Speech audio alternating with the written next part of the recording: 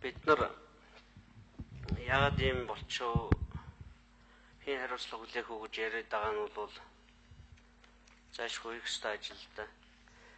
Тэгэд яагаад ийм болцсныг манай энэ ажил хариуцж байгаа улсууд ерөөсөө ярихгүй. Яагаад 2-300 лиценз тараагдчихоо? Яагаад хяналт нь явдгүй юм?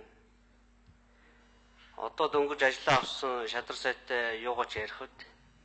Байнга ажил хариуцж байгаа мэргэжлийн хяналт бусад байгууллагуудад хариуцлага ярина шүү дээ. Одоо бол ийм явдал гаргуулахгүй байхын тулд та нар цалиа аваад сууж байгаа шүү дээ. Тэгээ одоо нэг л гайхсан улсууд баахан арга хэмжээ авсан улсууд яриад байх юм. Би 10 сарын 11-нд үндэсний татварын ерөнхий газар руу бичиг явуулсан. Тэгээд тэд нар надад 11 сарын 28-нд ийм хариу өрүүлсэн л дээ.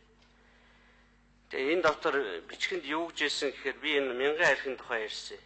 Сүүлийн үед мянган архи одоо Өвөрангай аймгийн дэлгүүрүүдээр зарагдаад дийлдэхэ боллоо. Сонгогчд тэгж байна. Тэгээ ямар үйлдвэр хийдгийг яагаад энэ мянган архигээ та нар зэгцэлдэггүй юм? Татварын албатай ярихад бол 2500 төгрөгнөөс доош үнэтэй архи дэлгүүр зарагдах ёсгүй. Яагаад тэгэхээр бүх татвар, зардал, үйлдвэрийн ашиг, дэлгүүрийн ашиг бодоод үзэхээр ийм жижиглэнгийн үн гардаг юм байна л да. 0.5 литр архи. Тэгээ хэрвээ ийм байгаа бол наа чи хууль зөрчсөн гэж надад мэдээлэл өгсөн. Тэгээ тэрний дагуу Өвөрангай аймагт ийм шалгалт явуулсан л да. Тэгээ архи үйлдвэрлэдэг, борлуулдаг ийм 14 аж ахуй нэгж одоо архины лицензтэй архины нэгж бүгдийг шалгаад баахан архи хураагаад ингээд арга хэмжээ авсан байна.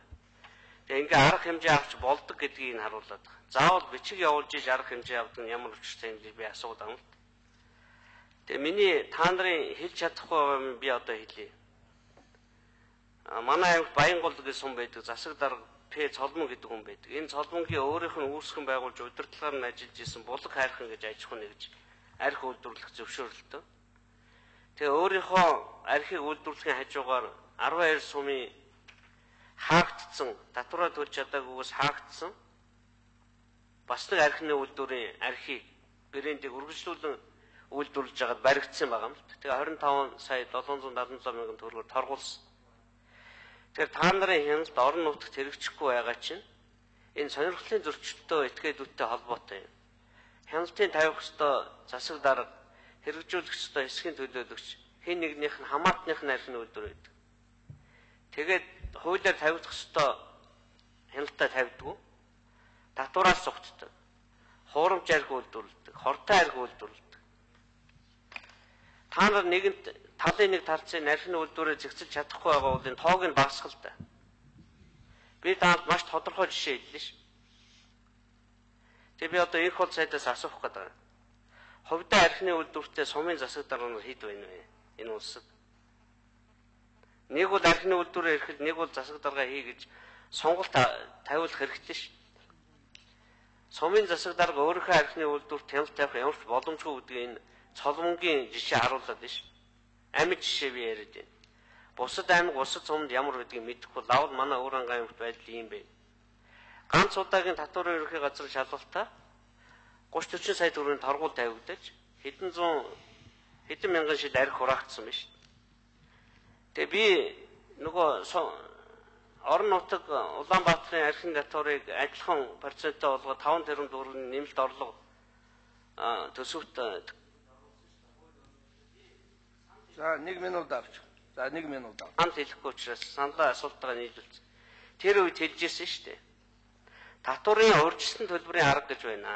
Ийм эрсдэлтэй бизнес хийдэг зугтдаг улсуудад бол шууд татварыг урьдчилж ав.